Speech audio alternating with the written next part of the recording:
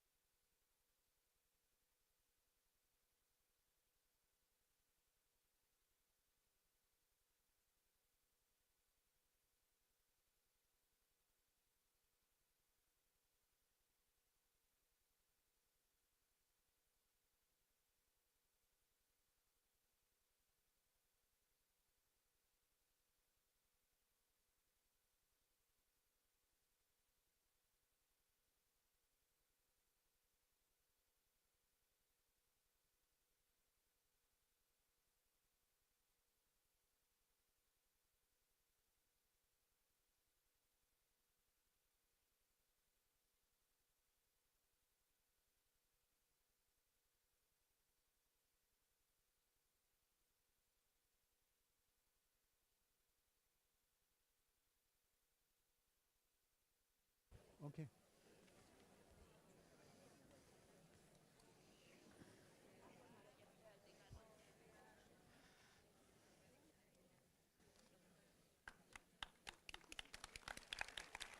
Thank you.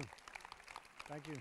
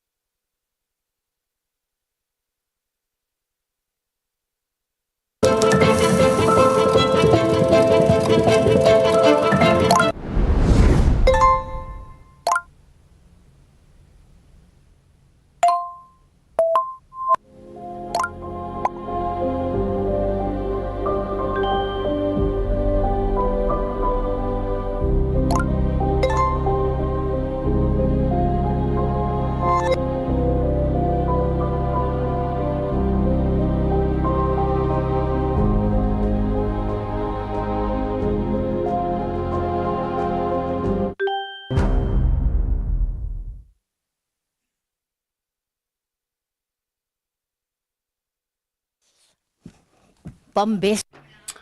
Hello, good evening to one and all. I hope you're doing well. So, this is one of the milestones of this BCNegra session. Today, we have amongst us the winner of the Carvalho Award. We will discuss with the director of the RACO program, Xavier Mundo. What can I tell you about the author Joe Esbo? He started in 1997 with Flaggermusman, The Bat, and it was, well, this book was awarded with the best black novel of the Nordic countries. He is the author of series such as Dr. Proctor, Harry Hole, and he has been translated into more than 40 languages, and he's sold more than 20 million copies around the world. The last book, I don't think so, but probably it's going to be a lot of fun. So, Joe, off I go. Good covel, og velkommen til Barcelona.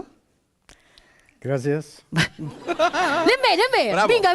La primera dintre, eh? Tinc més. Gratular M. Prisen, Octoc for do her heart. ¿Sí? Otra vez, gracias. Vale. Seop for Flaggermusman og Iki going in Natuza. The last. Repeat, please. Aquesta era la difícil, eh? Okay. Tu tinc aquí una traducció fonètica. No, muy fácil. Come on. Seop for Flaggermusman og Iki going in Natuza. Natuza? Not sure about that, but the rest was fine. És accent més del nord, el teu. Sí. Your accent is from the north, darling, I'm afraid. Em dic que vai a dir. Això crec que no s'ha entès, que vol dir exactament... Well, this basically means I don't have a clue of what I'm saying. But I believe the rest... Well, I'm not going to translate that for you guys. It's quite intimate between him and I. Because, you know, there are many spies amongst you. And, you know, you seem like very gossipy. So I'm going to leave it here. My Norwegian, at least. So before we start the debate, let me remind you that after the session... he will be signing copies for you, and we'll be back tomorrow at 10 o'clock in the morning. So please join us tomorrow morning at 10. Xavi, the floor is yours.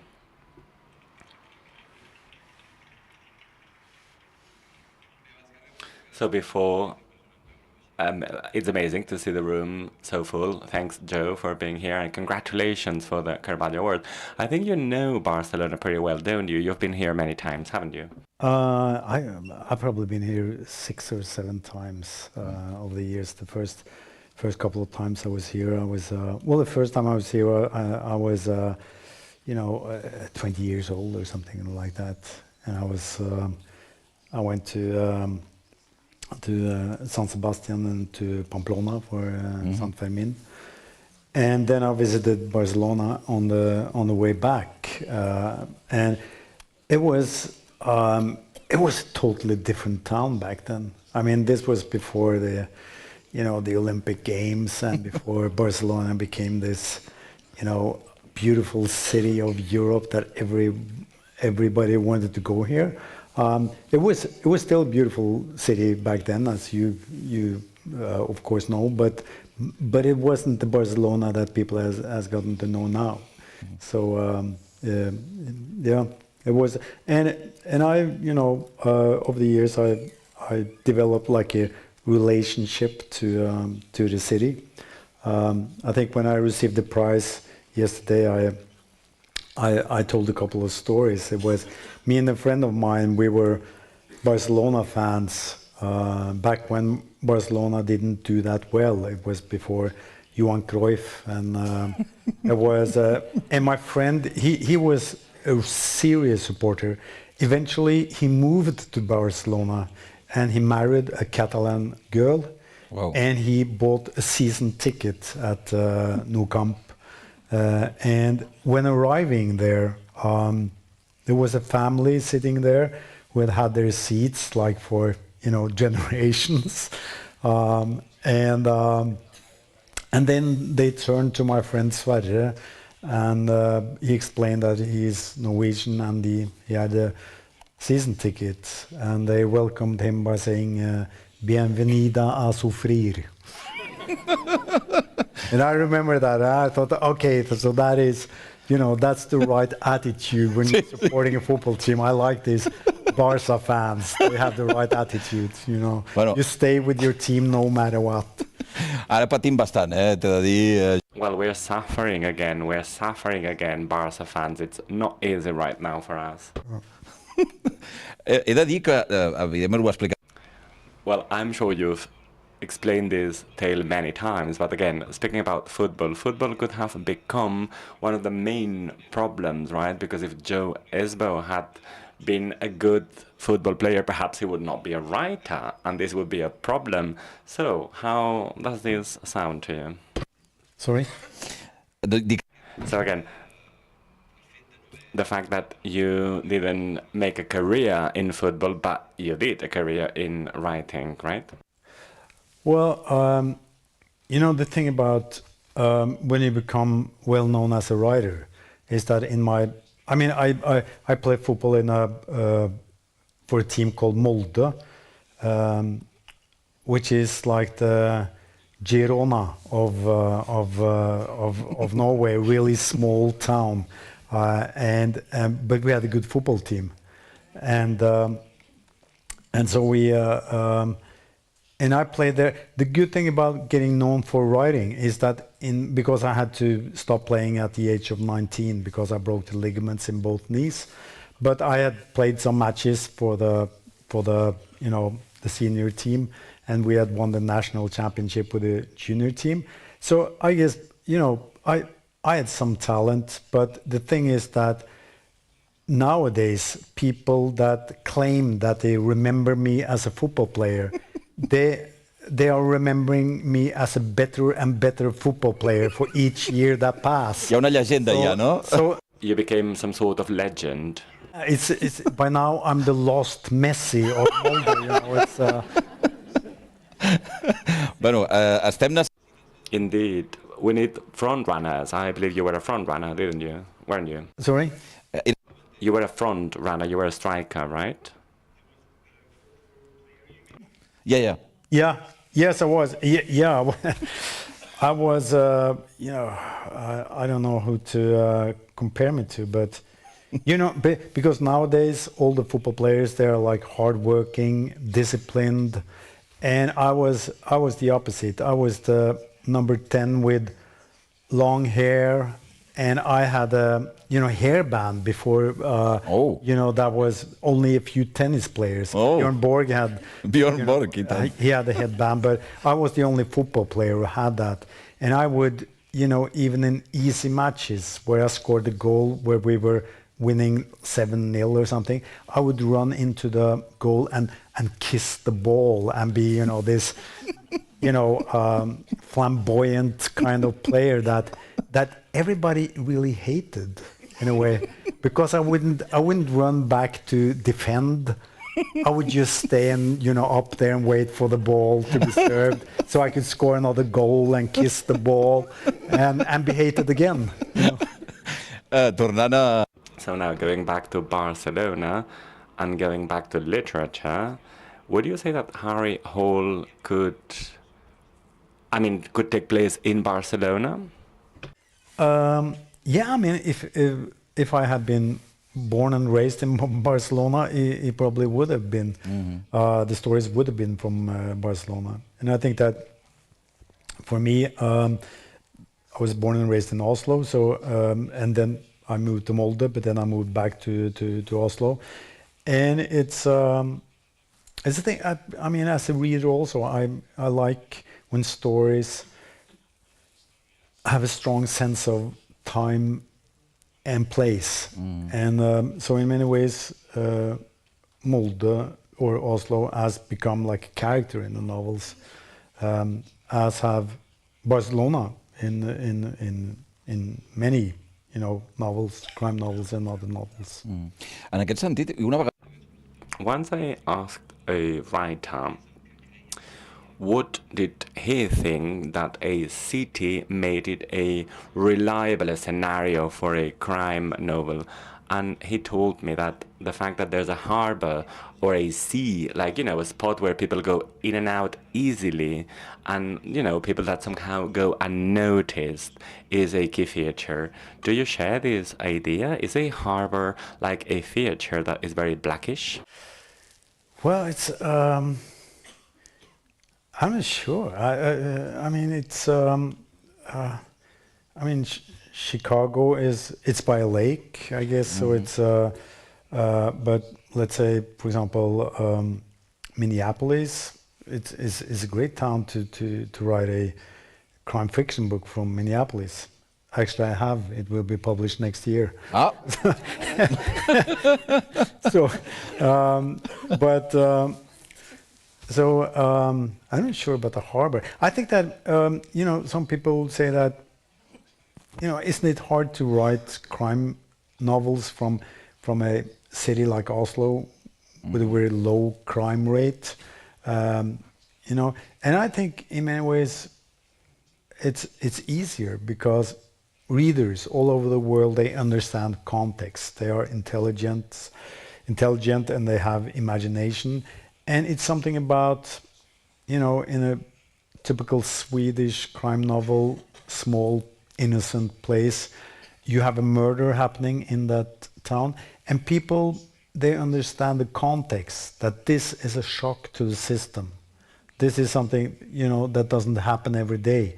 If you have a murder in, let's say, Acapulco, it's not a shock to the system. It's business as usual. So I think that for the drama of literature and a novel, it's kind of easier to use, cities like the Scandinavian cities. Clar, hi ha hagut aquest cliché ara que ho està... Indeed.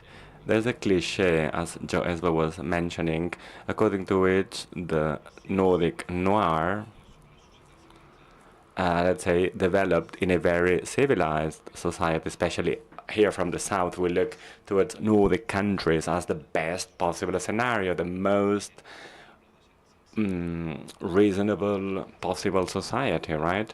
So from this perspective, what is the explanation, if there is such explanation, that there is so much Nordic crime novel in Norway, in Sweden, etc.? Well, I think that first of all, I think it's there's not necessarily any link between crime fiction and the crime reality of a country. I think that crime fiction is just a genre. It's a way to address other issues. It is stories about society or about the human nature or the human condition. I think it's just that we use the crime fiction, the murder, as a framework for that. Is it so that in peaceful societies like the Scandinavians that we crave the excitement of the crime fiction. No, I don't know, but I don't think so. I mean, you have in some countries in crisis, crime literature is quite popular. I was told that during the bombing of London during World War II, when they went to the shelters, the most popular literature was crime literature. So they would, read about blood and murder while the bombs were falling outside. So I don't. Actually, I think that some kind of crime novels can be quite comforting and reassuring. I mean, the Agatha Christie crime novel, you don't really think about that as, gruesome murders. It's just a game the writer has with the readers, to challenge their intelligence, and it's sort of guesswork. It's sort of a Sudoku of reading, and I like that. I mean, I like that interactive process you have with your reader, that you are licensed to manipulate your reader, make the reader watch your right hand while you do the trick with the left hand. But it isn't like that's the way I see crime fiction. There was a Norwegian author of general literature who said that there are only two things worth writing about, and that is love and murder. And I think in a way he's right about that. You don't have to write, of course, mystery novels to write about murder, but I think that we are drawn to the mystery novel because it has that element of death and love, but you can use it for anything. Tu creus que les teves novel·les... Do you think that your work is around not only murder, but also love? Is love present in your work? Yeah, I think so. I mean, definitely. I would say that some of my novels are love stories. I mean, if you take a scene from a novel called The Devil's Star, there's a scene there. It's a girl who has accompanied a man after they have met back to his apartment, and they are making love in his waterbed. And while they are making love, she can feel in the waterbed that there's something hitting her between the shoulder blades, and she can't understand what it is. And so after they made love, the man walks off and he walks to take a shower, and she pulls the linen off the sheets of the bed, and she looks, and there's the profile of a naked woman inside the waterbed. And as she's looking down at this dead woman, she hears that the shower has stopped running and there's dripping water on the wooden floor just behind her. And this, of course, is a sort of a horror scene, but the background for the story is that the girl inside the waterbed is the former girlfriend of this man, and she was going to leave him, and he wouldn't let her, so he killed her and put her inside his waterbed. Just now it's not filled with water, but with alcohol, so she will stay there naked, forever young, and forever waiting for him when he comes back home. So it is. I'd say it's a love story. It's okay. It's a bit twisted love story, but still a love story. Just a bit. No, it's una miqueta. Yeah. Just a bit twisted. I will ask you so many different things about terror, because I believe terror is very important in the genre.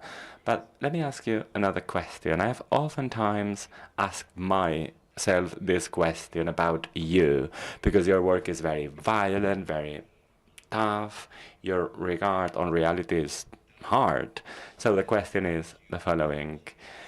Is it difficult for you, or does it produce you a certain tension to read your own work? So when you finish writing a book and you reread it, you go like, oh my God, how did this come out of my brain? How is it possible that I developed such a high degree of perversion, so to speak? Well, it's. I mean, I've chosen not to spend too much time trying to analyze that. I do think I'm sometimes surprised when people tell me or they ask me, you know, what is going on in your head? How do you come up with these ideas and things? And I must admit, I'm a bit surprised, but because my answer would be, don't you think about those things? Is it like only me? And I would say that I think all people think about stuff like that. Only I do it as a job. You know, it's. Li treus un rendiment, com a mínim. So you pay your bills out of these thoughts, right? Ara tornarem a la novel·la negra i... We'll go back to crime, to cruelty. I will ask you about cruelty. But let me go to another point. We were speaking about harbors before. I asked you about harbors before. So I have the feeling that transit spaces, places where unknown people cross each other, are these spaces comfortable to you when you are in an airport, in a train station, in a harbor? I've been told that you write sometimes in train stations. So how do you feel in these spaces? I used to. At one point, in my apartment, I bought a big desk. It was a huge, expensive desk. They had to use a crane to get it into my apartment. It has a view of Oslo. I have my coffee machine there. I have my music there, and a big computer. And it's the only place in the world where I simply cannot write. So what I used to do was I would wake up in the morning, I would go up there, I would look at my beautiful desk and say goodbye and take my laptop to my local coffee shop. Un petit petonet a la taula, per exemple. Did you kiss the table, considering it was quite expensive?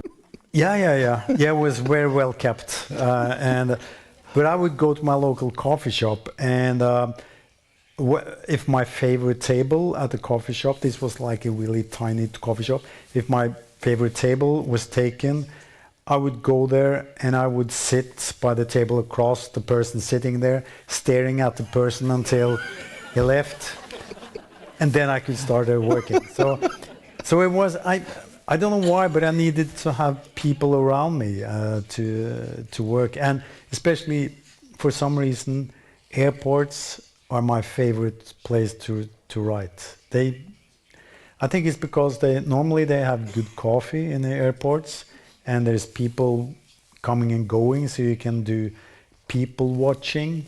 And I just love writing in airports. I'm probably the only passengers when it comes up on the board that your plane is 2 hours delayed. I'm like, yeah.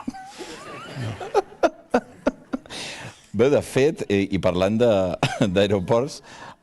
So speaking about airports, was Harry Hole born on a plane? He was, at least he was conceived on a plane. I was going to Australia, this was in '97, and I'd been asked, at the time we had like a breakthrough success with my band, and I had a year where I had worked way too much and played with a band, so I was burnt out.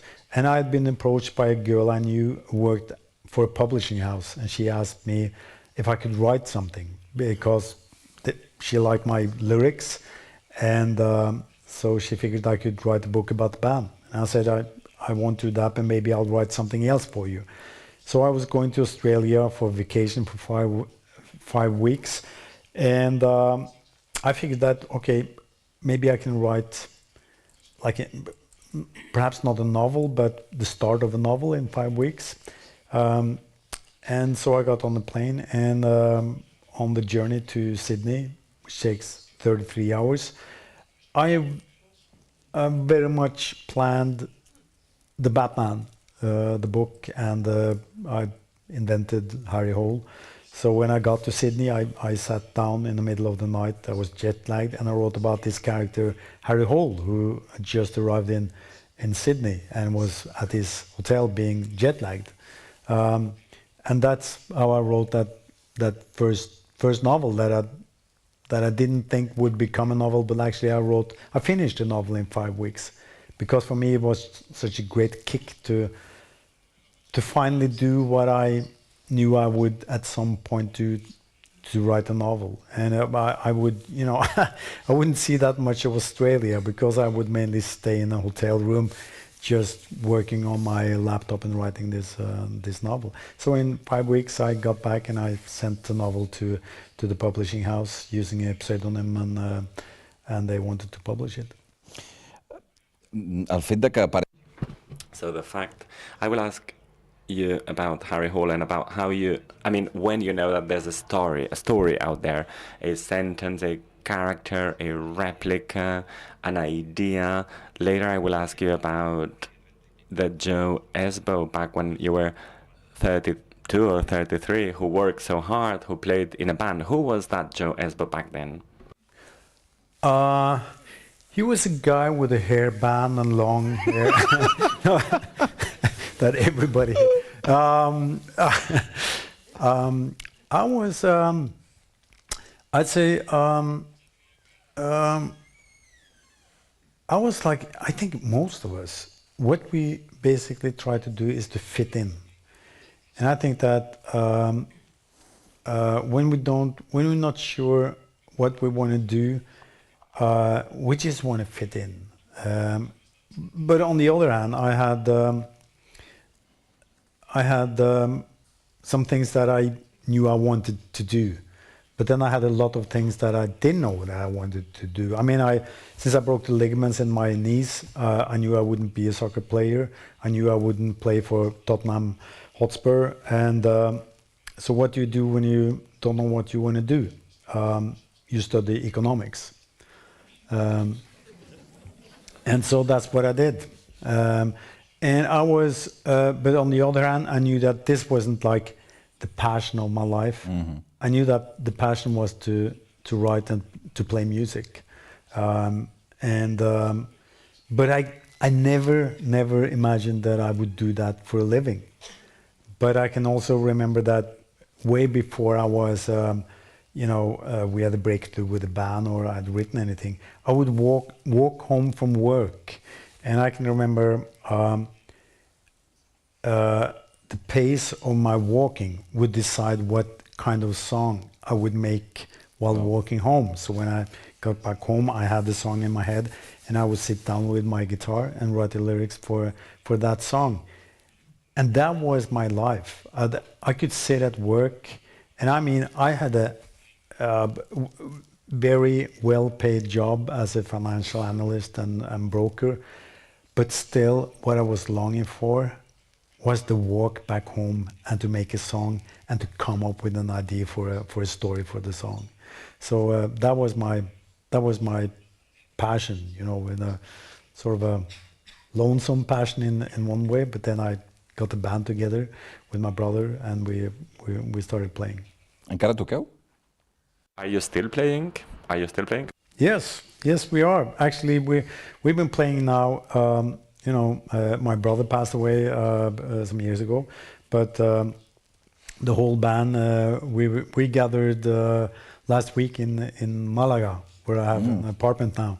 So we were there, and we're touring every summer, and we're having the same gigs. Every Christmas we play in a big club in Oslo. A couple of gigs, playing the same old songs, no new songs, just the old stuff.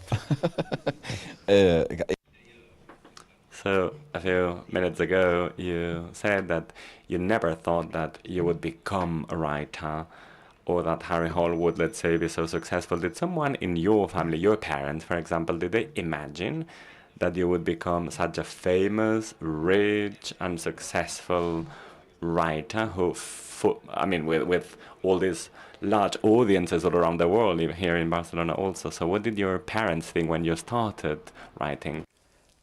I think, you know, the reason why I decided when I got back from Australia, I had written a novel, but then I was back to work as a financial analyst. I told my band that I didn't want to, I was too tired because we had 180 gigs in a year, and I was the only one in the band working besides, you know, playing. So I was so tired. But when I got back, I realized that this is what I wanted to do. I want to write. And so I calculated the money I had, and I figured that, okay, I made some money, so I don't have to work for 5 years. I can write and be a poor artist for 5 years. If nothing has happened by then I'll have to find work again. And the reason why I decided to do that was that my father, he had died 4 years prior to that. And he was then 72, he got cancer the year he retired, and his plan was to write a novel about his life during World War II. And so the lesson I learned from that was that the things you want to do in life, you can't postpone them. You have to do them. So I went into my boss and I said that, you know, I really had a good time working here, but I have other things that are more important. And my boss, he totally understood that. Yeah, and so I had no idea what I was going to do for, you know, am I going to write full time now and not play? And I had totally forgotten about the novel I had sent to the publishing house. Not forgotten, but I was pretty sure that was just a test piece. And then they phoned me 3 weeks after I had retired from my work. They phoned me and said that we want to publish this book. And so I knew, oh, well, that was fast. You know, I had planned for 5 years and it took 3 weeks. So, you know, I was lucky. Perdoneu, però és que m'ha posat la... Wow, what a surprising story. The fact that one of the factors that pushed you to write is the remembrance of your dad. This is amazing. Beautiful. Definitely. You know, and that is also why my third novel in the series about Harry Hole, which was my breakthrough novel, The Redbreast, that is the book my father was planning to write. It's about his experiences during World War II in the trenches outside Leningrad. So, you know, all the most fantastic, bizarre things from the trenches, the descriptions. It's just based on my father's stories about what he experienced there. So that was like, The Redbreast is like the homage to my father. Te les havia explicat, aquestes històries? So he had told you these stories, or had he started writing them somehow? No, he hadn't started writing them, but he had told me those stories, so I knew those stories. Crec que alguna vegada es parla... Sometimes you have raised the impact. I mean, your father fought with the Germans, right? And this was quite of a shock for you. Yeah, it was. I grew up in a family where my father, Norway was occupied by the Germans in 1940, so we were not part of the war in 1940. But the Germans were fighting the Russians, and my father had arrived back in Norway with his parents, coming from the United States, but being, you know, Norwegian immigrants, and so they tended to be really nationalistic and being anti-communists. So they were more worried about, you know, Stalin than Hitler. And so my father, he decided at the age of 19 that he would volunteer to fight with the Germans, to fight the Russians, because Norway has a border towards Russia. on my mother's side, my mother during World War II, she was younger than him, but she would run errands for the militia, for the resistance movement, where my relatives on my mother's side were. So it was, growing up in this family. Once I learned what my father had, that he had fought with the Germans, I had no idea about that until I was 15 years old. Then my father sat me down and said, "Okay, it's time that you learn what your father did during World War II." Wow. And he told me, and he had to spend 3 years in jail after the war, and that was for me a shock, but it was also at the beginning of a lifelong conversation with my father, because my father told me, I'm not going to make any excuses. I made the worst choice ever, and I had to spend 3 years in jail for that choice, and I think that was a fair punishment for that choice. And you can ask me anything, and of course I did. So it was I think it formed the way I write and tell stories, that I try to tell every story from different viewpoints. And I try not to, I mean, you are political, and it's impossible not to be political in your writing. Even in, if I was to describe Barcelona in a book, I would have to be political, because I would have to choose to say that something is important about the city that I will tell you, and I will have to be political when deciding what to leave out. But I think that the technique or the curiosity of describing how the world looks from different points of views, that was in my style of writing from the start, which is, quite opposite from, for example, Stig Larsson, for example, who has, and to a certain extent also Henning Mankell. They both have, political agenda or and a viewpoint that they will use the novel to express those viewpoints, which is totally okay and works beautifully for especially Henning Mankell. But that's not my way. Now, regarding the importance of the childhood memories and fears in your last book, The Night House, well, I have the feeling that this is much more of a terror book that makes me think of a Stephen King, and it has like a youth element. So the question is, to what extent childhood trauma, childhood fears, or a memory of a specific image are always present in your books, and more specifically in this last one? Well, I think that when I wrote The Night House, it wasn't for me trying something new. It was actually returning to my roots as a storyteller, because when I was a kid, I was when we went to summer holidays with my cousins and my friends at my grandmother's place, we used to gather in the attic in the evenings, and then the older children, they would point to me and say, "Joe, why don't you tell a ghost story?" Wow. And I was really proud, because I was the youngest kid there. But it was only later that I understood it wasn't because I was such a great storyteller. They told me that we liked it because you were so little, and we could hear the fear in your voice when you told the stories. I'm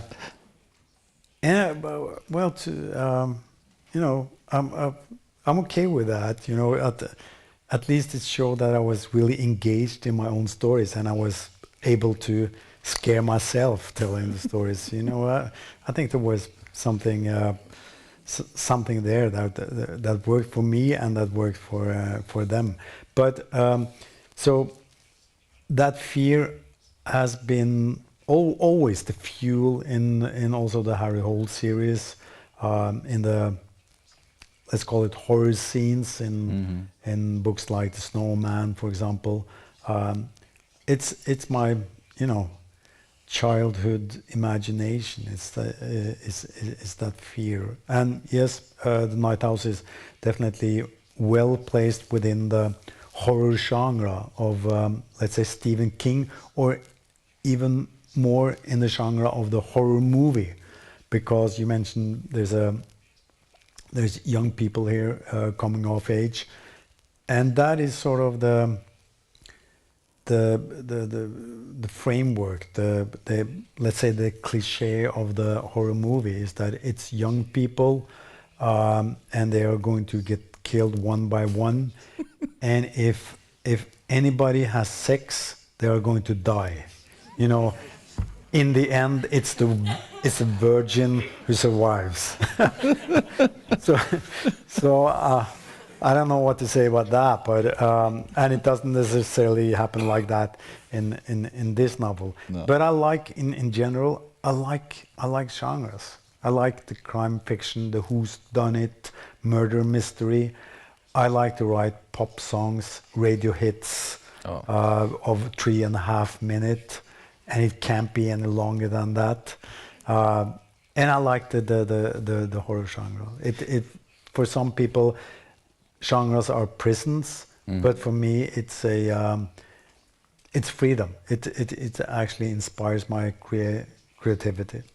Sobre aquesta La Casa de la Nit, Now, regarding The Night House, there are some starting terrors which are very much childish, right? The image of a house, the forest, the river, the phone box. I will never forgive you for the scene of the phone box. I was totally trapped, hooked. I found it terrible. If you haven't read the book, let me spoil you. There's a phone box. Don't get anywhere near a phone box anymore. Thank God there are no phone boxes anymore. So are these specific memories of yours? Is this phone box or this forest or this house which is abandoned? Are these memories of your childhood? Yeah, well, I think we can spoil the telephone thing because it's because it's in the first chapter. So. ja, bueno, però no seré jo qui ho faci. Well, it's not going to be me spoiling the audience. You do it. And it's based on or inspired by a childhood memory. Me and a friend, we were making a prank call, and I was on the phone, and it was the one that answered was a deep male voice going like, "Yeah, who is this? What do you want?" and he sounded like the devil, and so I just instantly hung up. And so the phone booth scene here is two boys who are into a phone booth and they are making the prank call. And we don't get to hear what the man in the phone says.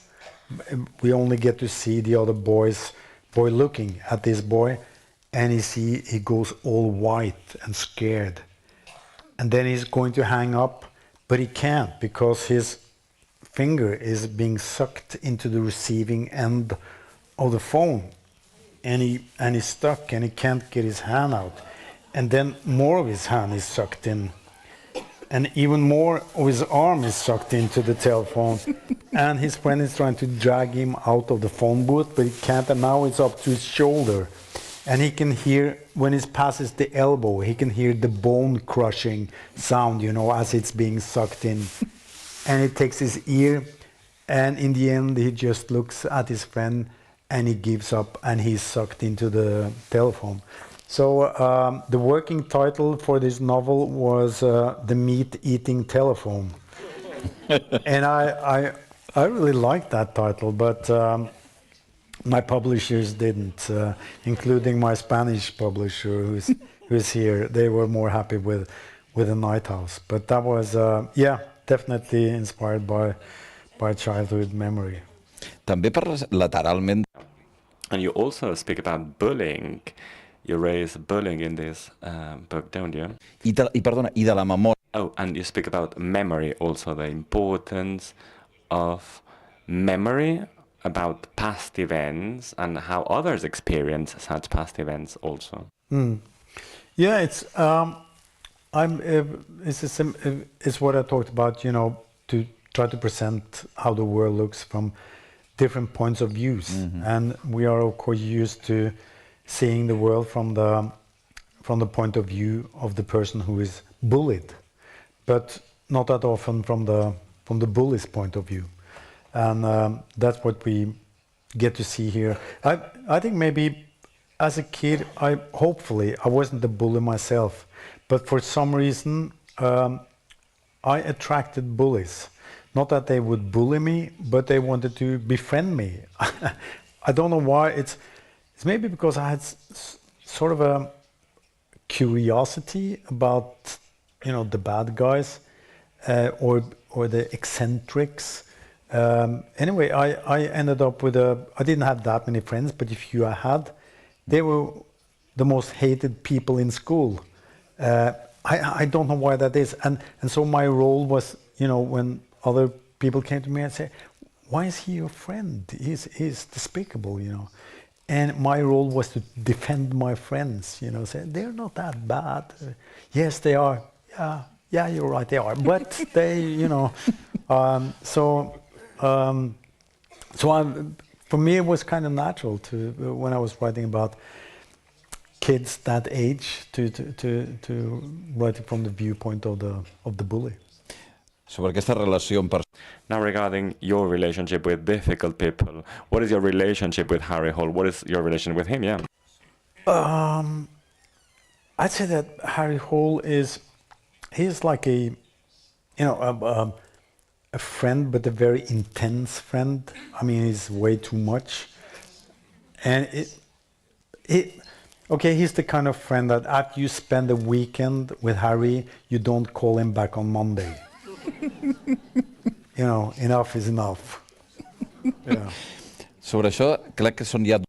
I understand. So you've written, if I'm not mistaken, 12 novels on this series. And, you know, this line between good and bad, as you were mentioning before, the decisions one takes in life, at the end of the day, brings you to one side or another. And at the end of the day, he carries his baggage, his demons. And many readers, I assume, think about whether he's going to end up in hell, right? Do you have the answer to this question? Have you decided about whether he's going to end up in hell? Well, it's let me put it like this: that you're absolutely correct. I think that most stories like this, it is about, you know, redemption. It is whether he is going to die. There's no doubt about that. So it is about, you know, will you, the moral choices you make, will that send you to heaven or to hell? And the real suspense is I mean, it's a suspense whether you know, who's the killer? Is Harry going to solve the case? Yes, there's suspense about that, but the real suspense, what's holding the series together is, of course, is Harry going to do the right choice? Is he going to do what's the right moral choice? Is he going to end up in heaven or hell? And I have decided, yes. Ooh. Yeah. I mean, I decided early on, back in the early 2000s, I decided where he will end up. Yeah. Deixo un silenci. So I'm going to do this dramatic silence, just in case you end up deciding to tell us, but I don't think it's going to happen. It's I could, but then I would have to shoot all of you. Seria capaç, té les idees... I think you would be capable of shooting us all if you've been able to make a telephone sack a boy. I'm sure you could do a mass murder in this cinema. So again, let me say that your style, your literature is very cinematographic. I believe you're a cinema lover. So I have between 10 and 15 projects, but and that sounds like a lot, and I mean it is a lot, but how many are going, you know, realistically end up on the screen? Let's say 1 in 10. So that means that I have a lot of projects, but if you talk about them in 5 years' time, then maybe one and a half of them has ended up on the screen. And I don't. I mean, I write novels, so I don't take part in the making of the movies. I think that I read that the Snowman is going to show it. That was a movie that was, which is quite a surprise because the movie is a disaster. And I didn't have anything, but I mean, it's made by a very talented director, Thomas Alfredson. He's a great director, and he's going to make great movies again. But this one he didn't get right, but so I leave it up to the directors. Like when Thomas comes and said, I wanna use your novel as input for a story I want to tell, and I said that is exactly an approach that I like, because the novel is already there. So if you want to use it to tell your story, that's go ahead. And I will keep on, in spite of some of the movies being not so good and some of them being good. I will always, welcome talented storytellers to use my material to, realize their vision of something. I mean, same. You mentioned London. I think it's Alex Garland who's written a script for that now, and I'm so thrilled because it doesn't. I mean, the short story, London, my short story, is like 10 pages long. So they are going to write a story really built on those 10 pages. And I love that. I love that it's going to be something completely different than the short story. And it's just a starting point for a story that you feel more like a collaborator than to feel protective about, oh, my novel. You have to, that's my novel, that's my story. You have to do it right, because on the other hand, right now I'm working as a showrunner on a TV series about Harry Hole, based in Norway, Norwegian actors, Scandinavian production, that is going to start shooting this summer. And I mean, this time I have no excuse. If it turns out bad, it's on me. Acabo perquè m'estan dient que... I think we're running out of time. I would spend the entire night interviewing you, but unfortunately we'll have to call it a day soon. You'll turn 64 in March, if I'm not mistaken. Are you going to keep writing frenetically, one book a year? I don't, it's not like I have a number in mind, or that I have like I don't have deadlines. That is that is one of the reasons why I really want to become a writer, was that I have no boss, or my only boss is the idea, is the story. And I don't have deadlines. I don't have, I don't feel loyalty towards anyone, not towards, well, to some people, but not related to writing. No loyalty towards publishing houses, agents, or even readers. It's I write what I want to write. I write for, I'm selfish. I write for me. Yeah. So, wow, what an amazing interview. So if one day you retire in Barcelona, we are in desperate need of crazy players with long hair. Even the Tottenham has stolen as a player, Lucas Bergvall, yeah? So if you... Yes. He was going to sign, right? És bo? És good? Is he good? Is he any good? He's Swedish, so he can't be that good. John NESBO. John NESBO Carvalho Award. It's been a privilege. Amazing. Thank you.